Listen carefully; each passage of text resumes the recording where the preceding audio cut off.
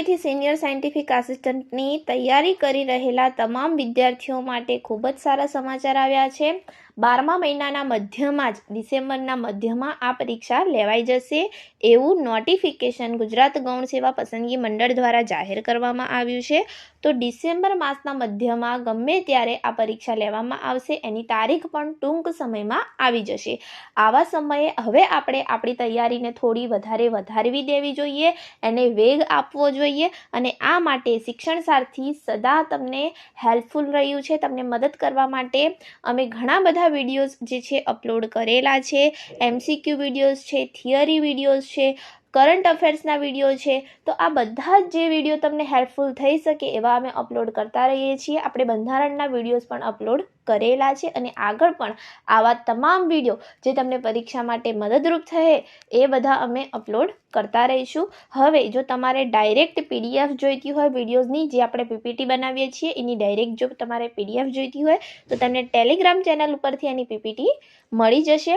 તો તમે ત્યાંથી જઈને પણ અમારી ટેલિગ્રામ ચેનલને જોઈન કરી લો, જેથી તમને ડાયરેક્ટ PDF મળી રહે, જેથી તમારી તૈયારી વધુ સારી રીતે થઈ શકે.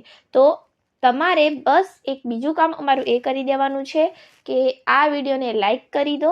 તમારા મિત્રો સાથે જે તમારા જેવા એસ્પિરન્ટ્સ છે એમના સાથે આ વિડીયોને શેર કરી દો તથા અમારી ચેનલ ઉપર જો નવા હોય તો પ્લીઝ આને સબસ્ક્રાઈબ કરો. અમારી મહેનતનું એ જ ફળ છે કે તમે અમારી ચેનલને સબસ્ક્રાઈબ કરો. તો આજના આ વિડીયોમાં આપણે ફરી એકવાર સિનિયર સાયન્ટિફિકની એક્ઝામમાં મદદરૂપ થઈ રહે એટલા માટે 100 SQ લઈને આવ્યા છીએ. આજના શોર્ટ ક્વેશ્ચન રહેવાના છે અને આન્સર્સ રહેવાના છે. 100 આપણા આજના SQ છે. તો આજના SQ તમને ખૂબ જ મદદરૂપ થઈ રહેશે તથા સિલેબસ મુજબના જ છે. આજનો આપણો પહેલો પ્રશ્ન છે કે what is a soil profile? Okay, તો a vertical section showing different soil layers. જે સોઇલ પ્રોફાઇલ છે એને શું કહેવામાં આવે? તો એક વર્ટિકલ સેક્શન જે સોઇલના ડિફરન્ટ લેયર્સને શો કરે. ઓકે, હવે બીજો પ્રશ્ન છે which horizon is called top soil? Top soil કોને કહેવામાં આવશે? તો એ હોરિઝોન.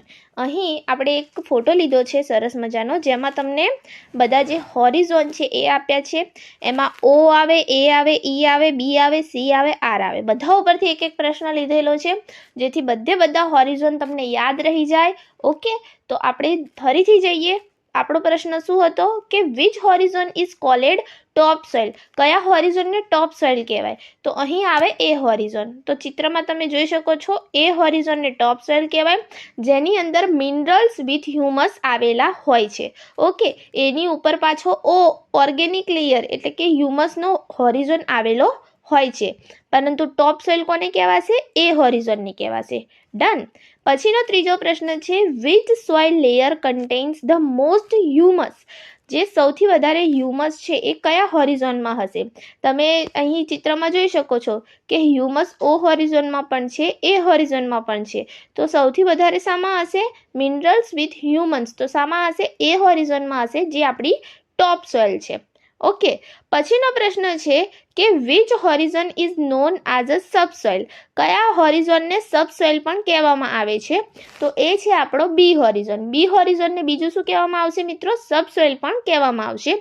અહીં ચિત્રમાં દેખાય છે બી હોરિઝોન. જોવો, પહેલા O છે, A છે, પછી E છે અને પછી બી હોરિઝોન છે, જેને આપણે સબસોઇલ પણ કહીશું. અને એ શું કરે છે? તો ડિપોઝાઇટ મિનરલ્સ આવેલા છે અને એની અંદર મેટલ સોલ્ટ્સ પણ આવેલા છે આપણા બી હોરિઝોનમાં, જે આપણો સબસોઇલ હોરિઝોન છે. ઓકે, હવે આના પછીના પ્રશ્ન જોઈએ, જે છે which horizon shows maximum biological activity? કયો હોરિઝોન એવો છે જે તમને મેક્સિમમ બાયોલોજિકલ એક્ટિવિટી દર્શાવશે? તો એ છે એ હોરિઝોન. જે આપણો એ હોરિઝોન છે, આપણી ટોપ સોઇલ છે, એની અંદર મેક્સિમમ બાયોલોજિકલ એક્ટિવિટી થશે. પછીનો પ્રશ્ન છે which horizon is the parent material? તો આ જે હોરિઝોન આપણને આપ્યા છે બધા, એમાંથી પેરેન્ટ મટીરિયલ, જે પેરેન્ટ રોક છે, એ કયા હોરિઝોનમાં આવેલા હશે? તો એ આવેલા હશે C હોરિઝોનમાં. ઓકે, તો એની અંદર પાર્ટલી વેધરેડ રોક આવેલા હશે. ઓકે, તો આને પેરેન્ટ રોક કેમ કહેવામાં આવે છે અથવા પેરેન્ટ હોરિઝોન કેમ કહેવામાં આવે છે? કારણ કે જે સોઇલનું ફોર્મેશન જે છે એ આ જે રોક્સ છે એના વડે જ થશે. કેમ? કારણ કે એ જે રોક છે એ વેધરથી એટલે કે હવાથી, પાણીથી બધાથી બદલાશે અને એનું માટીમાં રૂપાંતર થશે. રોક એટલે પથ્થર અને પથ્થરનું માટીમાં રૂપાંતર થશે તો એ ઇન શોર્ટ માટી બનાવશે, સોઇલ બનાવશે, તો એને આપણે પેરેન્ટ રોક કહીશું. એનામાંથી બની એટલા માટે. ઓકે, તો એની અંદર પાર્શલી વેધરેડ રોક આવેલા હોય. વેધરેડ રોક એટલે કે વાતાવરણ પ્રમાણે બદલાતા પથ્થર.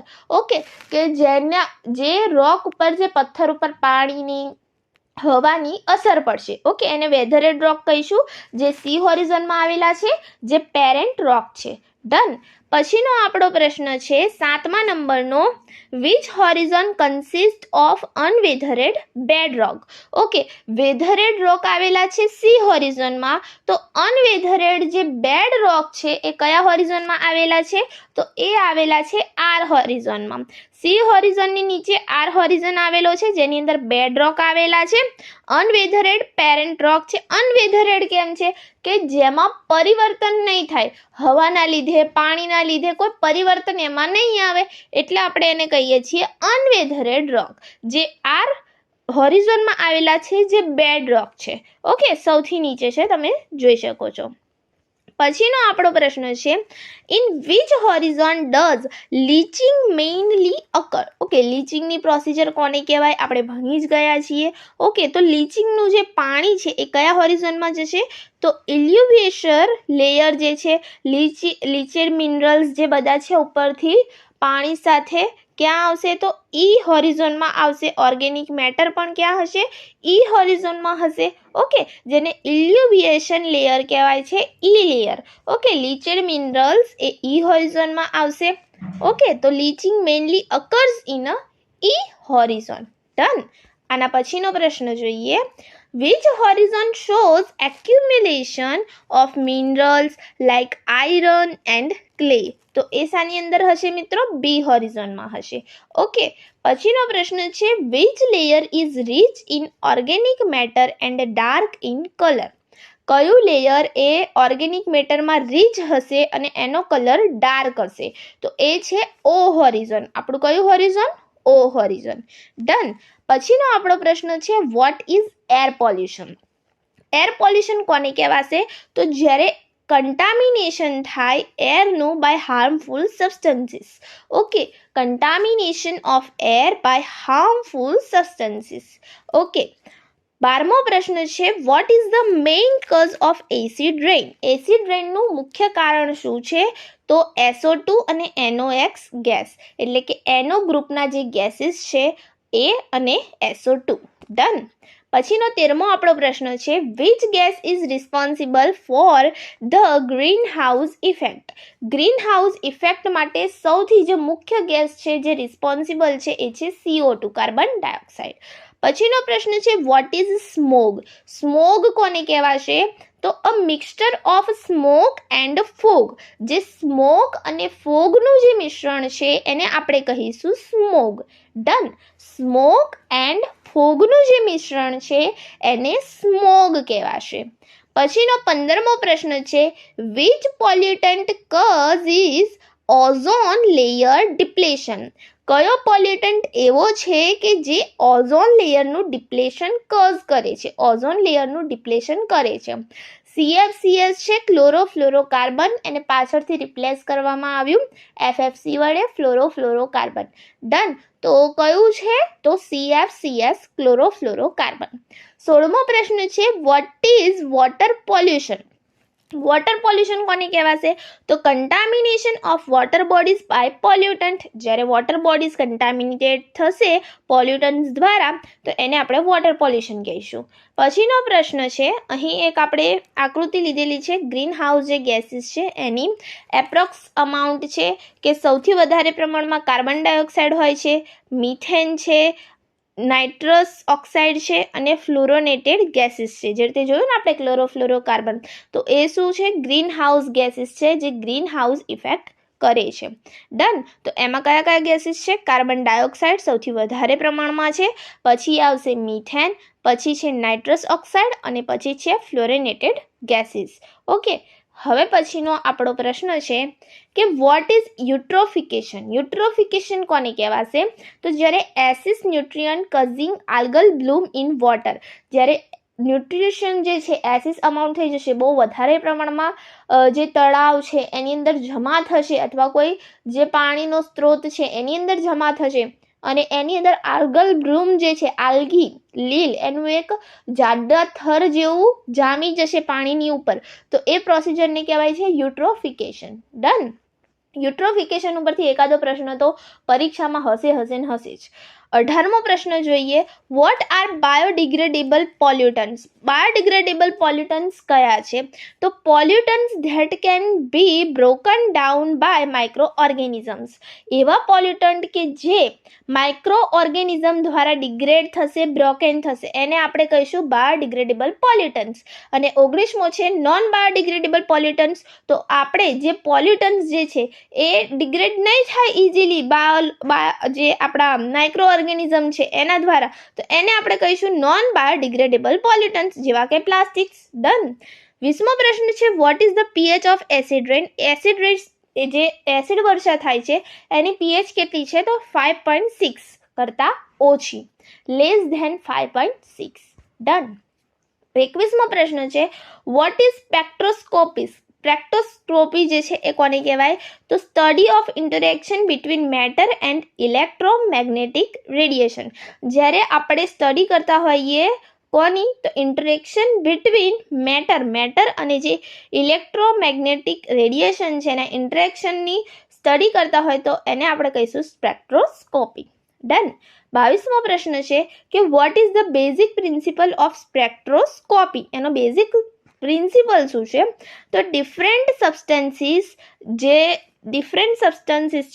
એબ્ઝોર્બ કરે છે અથવા એમિટ કરે છે રેડિયેશનને એટ સ્પેસિફિક વેવલેન્થ, એ એનો પ્રિન્સિપલ છે, એના બેઝિસ ઉપર એ કામ કરે છે. જે ડિફરન્ટ સબસ્ટન્સીસ છે એનું એબ્ઝોર્બ કેટલું કરે છે અથવા એમિટ કેટલું કરે છે રેડિયેશનને, એના આધારે એ વર્ક કરે છે. ડન. 23મો પ્રશ્ન છે what does an absorption spectrum represent? જે એબ્ઝોર્પ્શન સ્પેક્ટ્રમ છે એ શું રિપ્રેઝન્ટ કરે છે? તો જે વેવલેન્થ છે લાઇટની એબ્ઝોર્બેડ બાય સબસ્ટન્સ, કોઈ સબસ્ટન્સ દ્વારા જે વેવલેન્થ લાઇટની એબ્ઝોર્બ કરવામાં આવે છે, ઓકે, એને શું કરે છે? રિપ્રેઝન્ટ કરે છે. 24મો પ્રશ્ન છે why do spectral lines appear? જે સ્પેક્ટ્રલ લાઇન્સ છે એ કેમ આવે છે? કારણ કે due to electron transition between energy levels. જે એનર્જી લેવલ્સ છે એની અંદર જે ઇલેક્ટ્રોનનું ટ્રાન્ઝિશન થાય છે એના લીધે જે સ્પેક્ટ્રલ લાઇન્સ છે એ એપિયર થાય છે. 25મો પ્રશ્ન what is the basic principle of chromatography? ક્રોમેટોગ્રાફીનો બેઝિક પ્રિન્સિપલ શું છે? તો differential partition between stationary and mobile phase. તો જે સ્ટેશનરી ફેઝ અને મોબાઈલ ફેઝ વચ્ચે જે ડિફરન્શિયલ પાર્ટીશન થાય છે એના આધારે ક્રોમેટોગ્રાફી જે છે કામ કરે છે. What determines the separation efficiency? Okay, affinity differences of components of the two ફેઝિસ.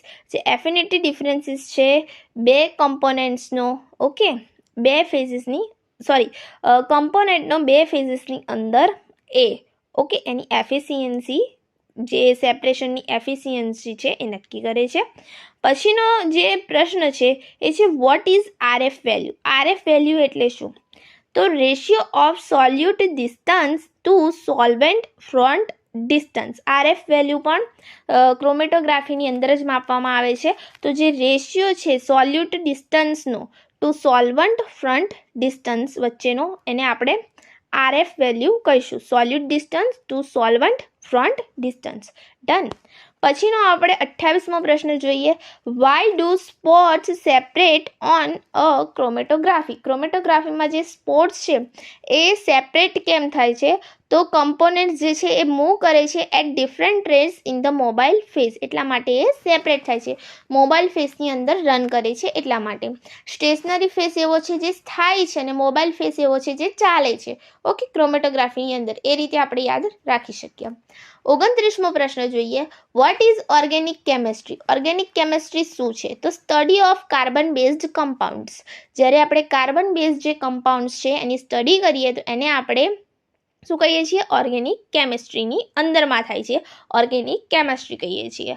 30મો પ્રશ્ન છે. Why can carbon forms so many compounds? Carbon જે છે એ ઘણા બધા કમ્પાઉન્ડ્સ કેમ ફોર્મ કરી શકે છે? કારણ કે એના પાસે ટેટ્રાવેલેન્સી છે અને કેટેનેશન કરી શકે છે એટલા માટે.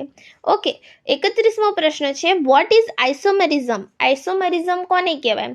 તો સેમ ફોર્મ્યુલા હોય કોઈ કમ્પાઉન્ડનો અને ડિફરન્ટ સ્ટ્રક્ચર હોય તો એને આપણે કહીએ છીએ આઇસોમેરિઝમ. પછીનો પ્રશ્ન છે. What is a functional group? Functional group કોને કહેવાય? તો જે રિએક્ટિવ એટમ અથવા ગ્રુપ છે જે ડિફાઇનિંગ કમ્પાઉન્ડ પ્રોપર્ટીઝ, જે ડિફાઇન કરે છે કમ્પાઉન્ડની પ્રોપર્ટીઝને, એને આપણે કહીએ છીએ ફંક્શનલ ગ્રુપ. ડન. 33મો પ્રશ્ન છે. What is homologous series? Homologous series કોને કહેવાય? તો a family of compounds differing by CH2. Okay, એક ફેમિલી છે કમ્પાઉન્ડ્સની જેને CH2 વડે ડિફર કરી શકાય, એને આપણે હોમોલોગસ સિરીઝ કહીએ. પછીનો પ્રશ્ન છે. What defines the strength of an acid in organic chemistry?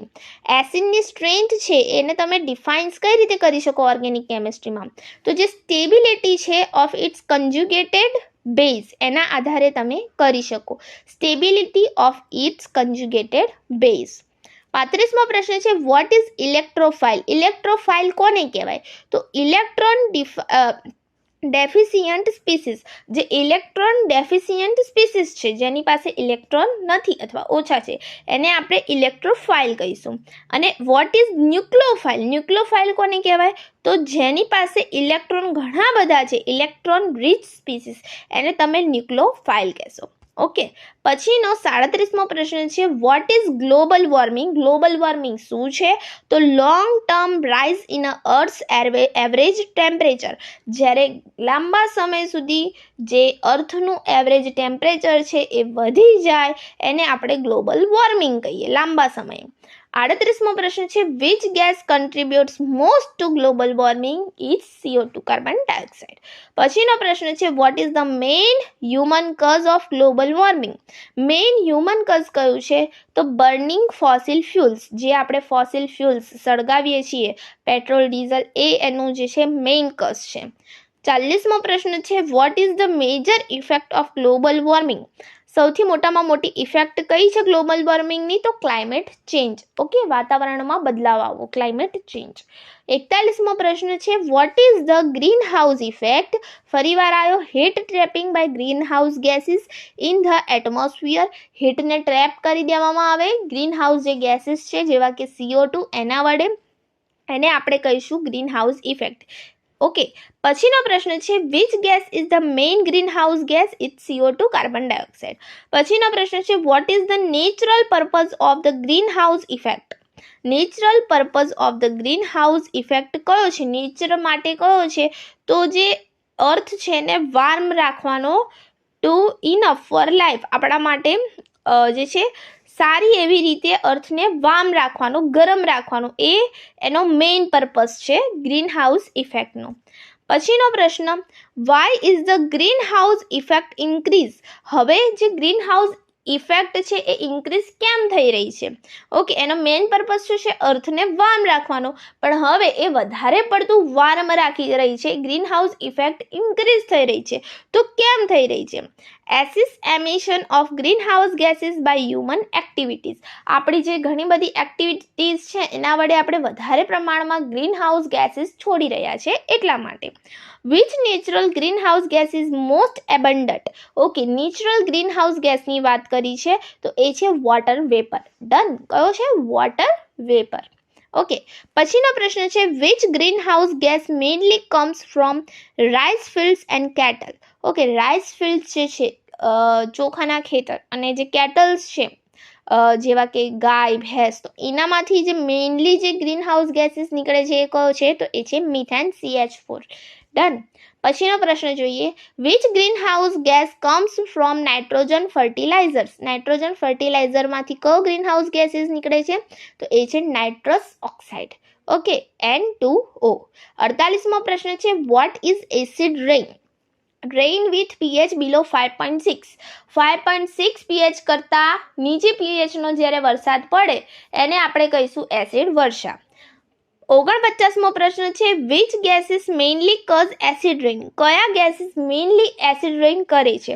એ છે SO2 અને NOx, એટલે કે નાઇટ્રોજન ઓક્સાઇડના જે ગેસીસ છે એ અને SO2. What forms when SO2 mixes with water vapour?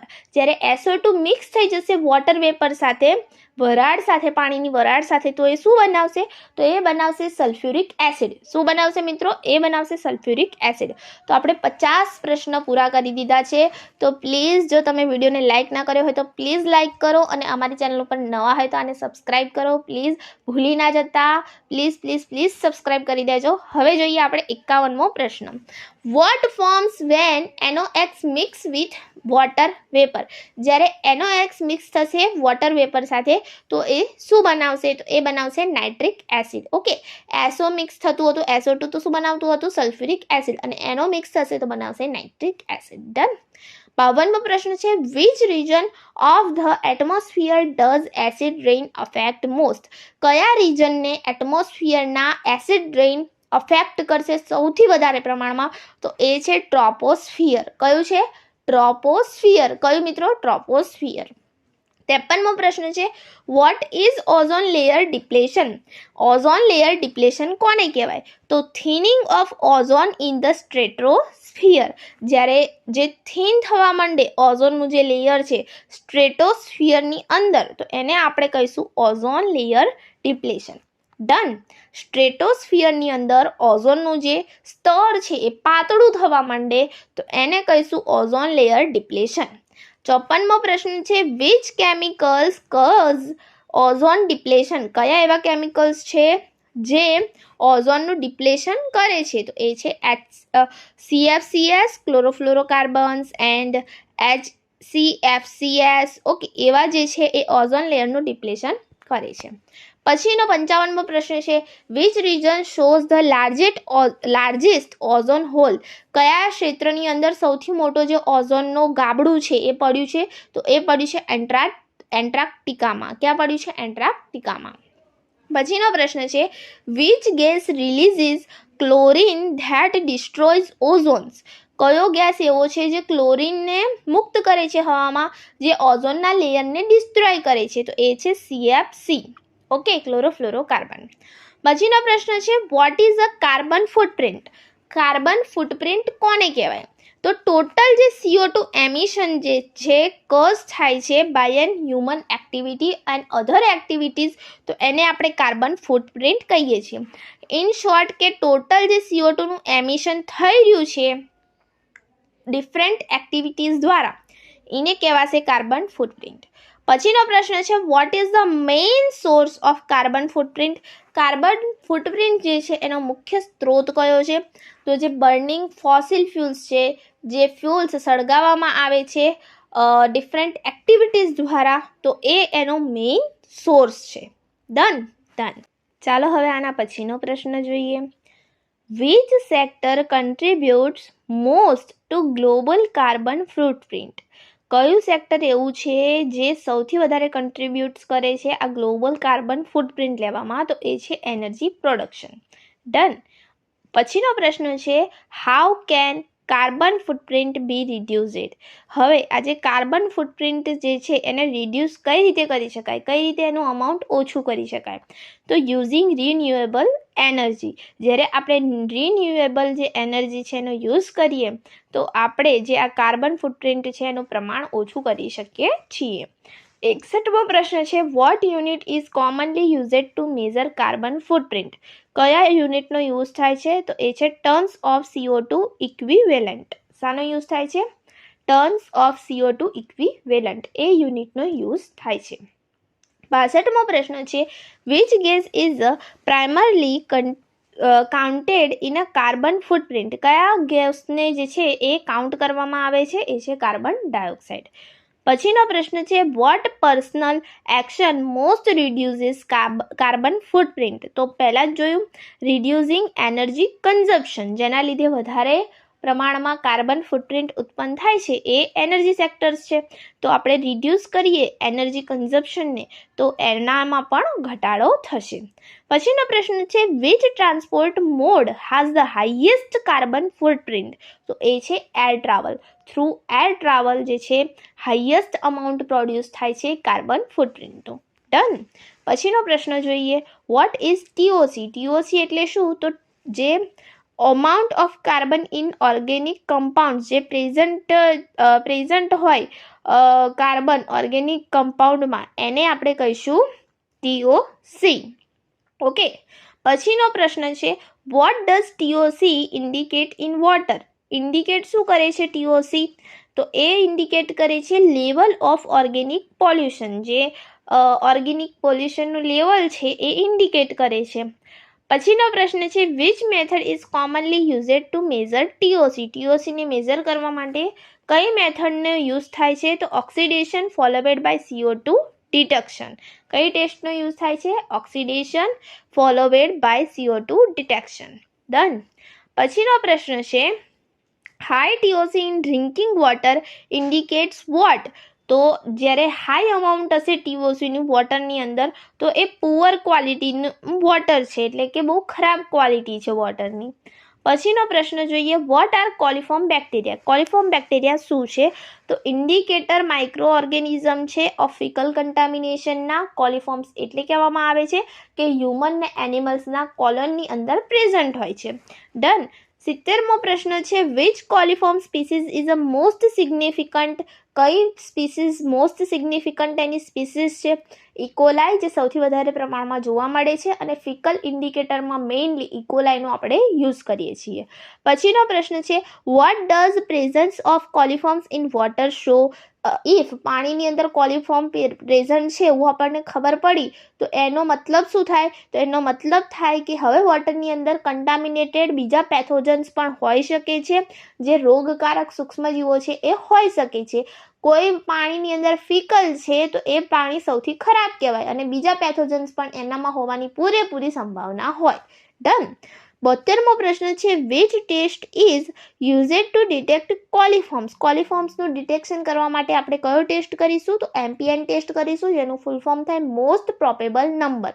Okay, તો એ ટેસ્ટ આપણે કરીશું.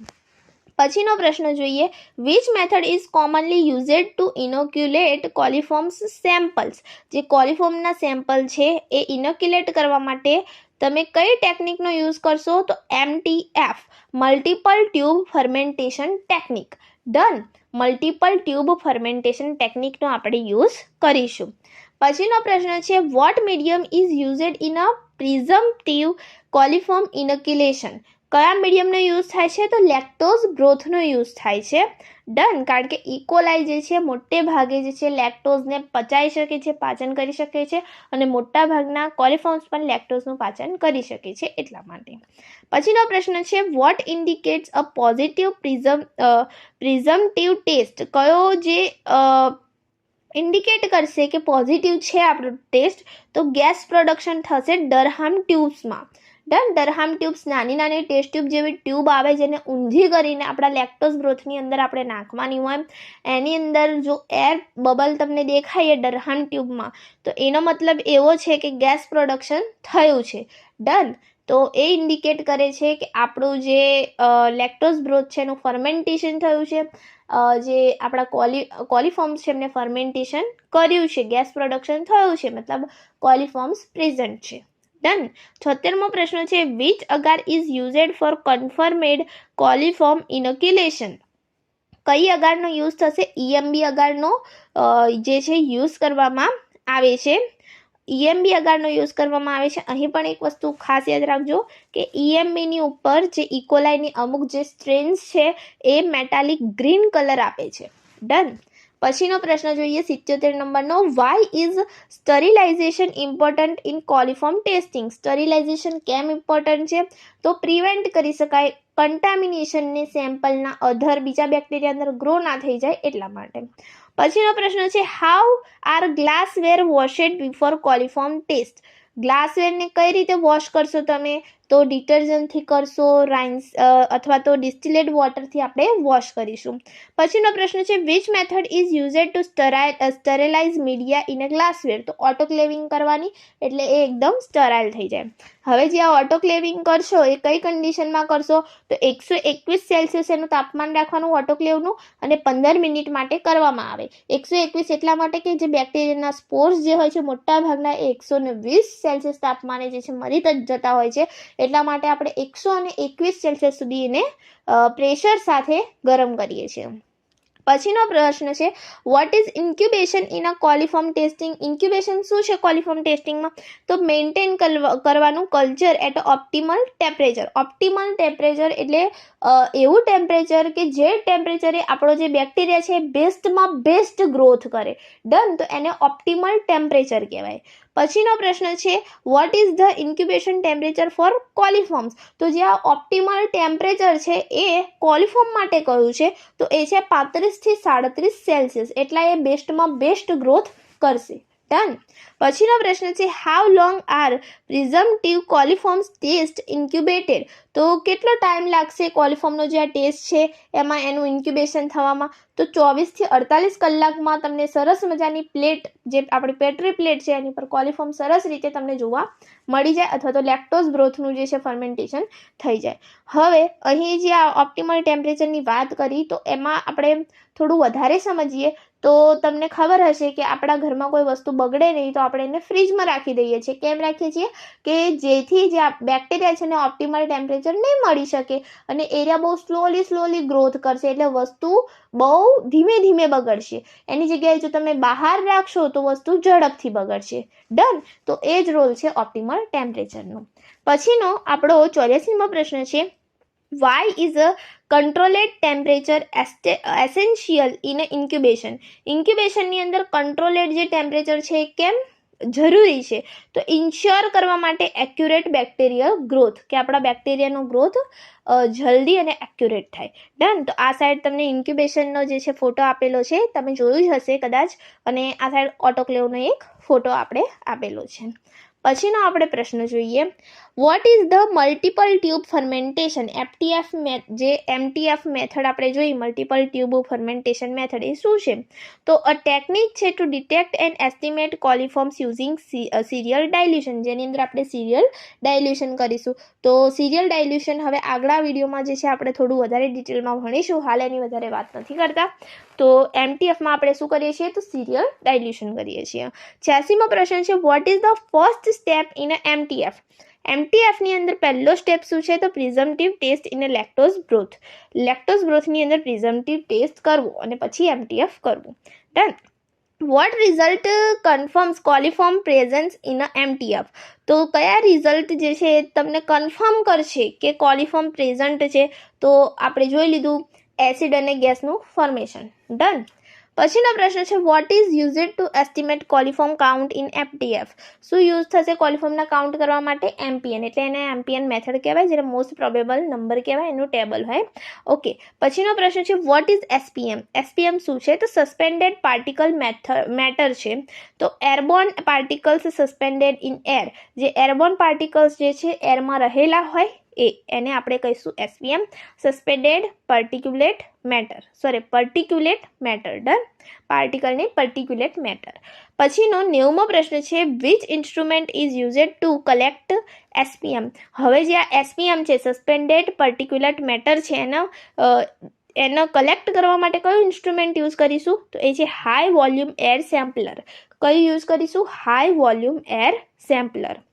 91મો પ્રશ્ન છે, what is the principle of SPM determination? SPM ડિટર્મિનેશનનો પ્રિન્સિપલ શું છે? તો મેઝર કરવું એના વેઇટ ગેઇનને of filter after passing air pass કર્યા પછી. ઓકે, એના વેઇટ ગેઇનને મેઝર કરવામાં આવે.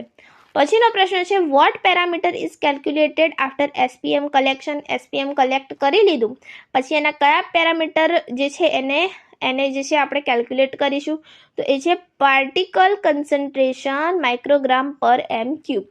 ડન. પછીનો પ્રશ્ન છે વોટ ઇઝ એમોનિકલ નાઇટ્રોજન. જે એમોનિકલ નાઇટ્રોજન છે એ શું છે, તો nitrogen present as a ammonia એટલે NH3 NH4 ઇન વોટર. જે વોટરની અંદર પ્રેઝન્ટ છે નાઇટ્રોજન એમોનિયાના સ્વરૂપમાં, એને આપણે કહીશું એમોનિકલ નાઇટ્રોજન. તો vote does high ammoniacal nitrogen indicates. High amount છે એમોનિકલ નાઇટ્રોજનનું વોટરમાં, તો એ શું ઇન્ડિકેટ કરે છે, તો ફ્રેશ ઓર્ગેનિક પોલ્યુશન એટલે કે ફ્રેશ ઓર્ગેનિક પોલ્યુશન જે છે વોટરમાં થયું છે એવું એ ઇન્ડિકેટ કરે છે. Which method is commonly used to measure એમોનિયકલ nitrogen. કઈ મેથડ કોમનલી યુઝ થશે આ એમોનિયકલ નાઇટ્રોજનને મેઝર કરવા માટે, તો એ છે નેસ્લરાઇઝેશન. જે આ નેસ્લર મેથડ છે એની અંદર જે છે કયો કલર જે છે ઇન્ડિકેટ કરશે એમોનિયાની પ્રેઝન્ટને, તો છે યલો ટુ બ્રાઉન અથવા યલો અથવા બ્રાઉન. અલગ અલગ જનરલમાં અલગ અલગ આપેલું છે, તો યલો ટુ બ્રાઉન આપણે યાદ રાખીશું. પછીનો પ્રશ્ન છે what are oil and greases in water. Oil અને ગ્રીસ જે છે એ શું છે, તો હાઇડ્રોફોબિક ઓર્ગેનિક કન્ટામિનન્ટ છે જે હાઇડ્રોફોબિક છે. આપણે ભણ્યા છીએ હાઇડ્રોફોબિક ને હાઇડ્રોફિલિક. જે પાણી સાથે પ્રેમ કરે એને હાઇડ્રોફિલિક કહેવાય અને પાણીને હેટ કરે એને હાઇડ્રોફોબિક કહેવાય, જેમ કે ઓઇલ અને ગ્રીસ. ડન. 98મો પ્રશ્ન છે what does high oil and grease indicates. જો પાણીની અંદર હાઈ ઓઇલનું અમાઉન્ટ હશે, હાઈ ગ્રીસ હશે, તો એ શું ઇન્ડિકેટ કરે છે, તો ઇન્ડસ્ટ્રીયલ ઓર પેટ્રોલિયમ પોલ્યુશન. પાણીની અંદર કોઈ ઇન્ડસ્ટ્રીયલ પોલ્યુશન થયું છે અથવા પેટ્રોલિયમ પોલ્યુશન થયું છે. 99મો પ્રશ્ન છે which method is used to measure oil and grease. Oil અને ગ્રીસને જે મેઝર કરવી હોય આપણે, તો એના માટે કઈ મેથડ વપરાય છે, તો સોલ્વન્ટ એક્સટ્રેક્શન. કઈ વપરાય છે, સોલ્વન્ટ એક્સટ્રેક્શન. છેલ્લો આજનો આપણો પ્રશ્ન છે what solvent is commonly used for extraction. કયો સોલ્વન્ટ કોમનલી યુઝ થાય છે એક્સટ્રેક્શન માટે, તો એ છે હેક્ઝાન. તો આઈ હોપ તમને આજના આ બધા એસક્યુ ખૂબ મદદરૂપ થઈ રહે. પ્લીઝ અમારી જો આ ચેનલ પર નવા હોય તો પ્લીઝ આને સબસ્ક્રાઈબ કરી દો. તમારા એક સબસ્ક્રાઈબનું અમારા માટે ઘણું મહત્ત્વ છે. અને હા, વિડીયોને લાઇક કરજો, તમારા જેવા જ બીજા એક્સપિરિયન્સ સાથે શેર કરજો. Thank you friends, thank you for supporting. Keep watching, keep learning.